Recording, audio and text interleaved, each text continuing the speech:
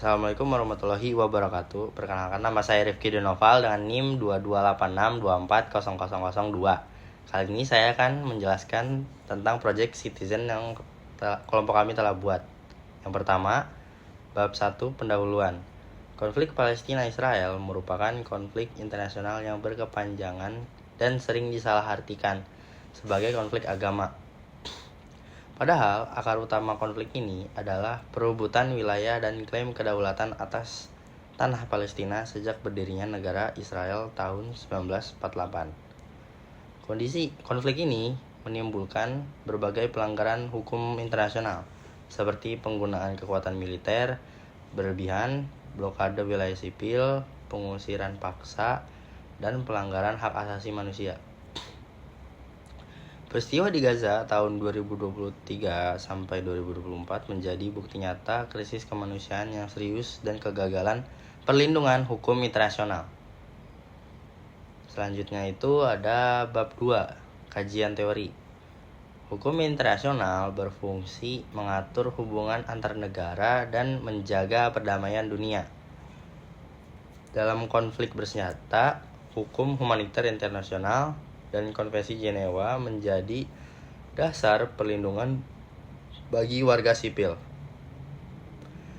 Mekanisme hukum internasional dijalankan melalui PBB, ICJ, dan ICC.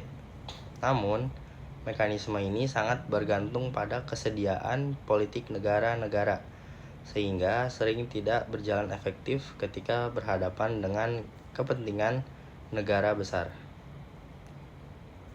Selanjutnya, bab 3, metodologi penelitian.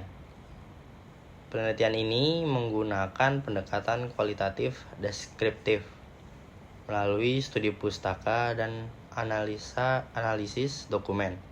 Data diperoleh dari buku, jurnal ilmiah, resolusi PBB, serta laporan Lembaga Hak Asasi Manusia Internasional untuk memahami konflik secara komprehensif dari perspektif hukum internasional.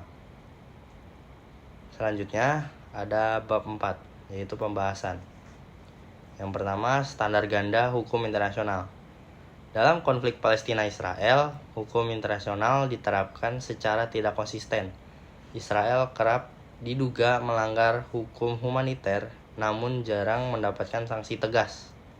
Hal ini berbeda dengan konflik internasional lain yang langsung mendapatkan tekanan dan sanksi global.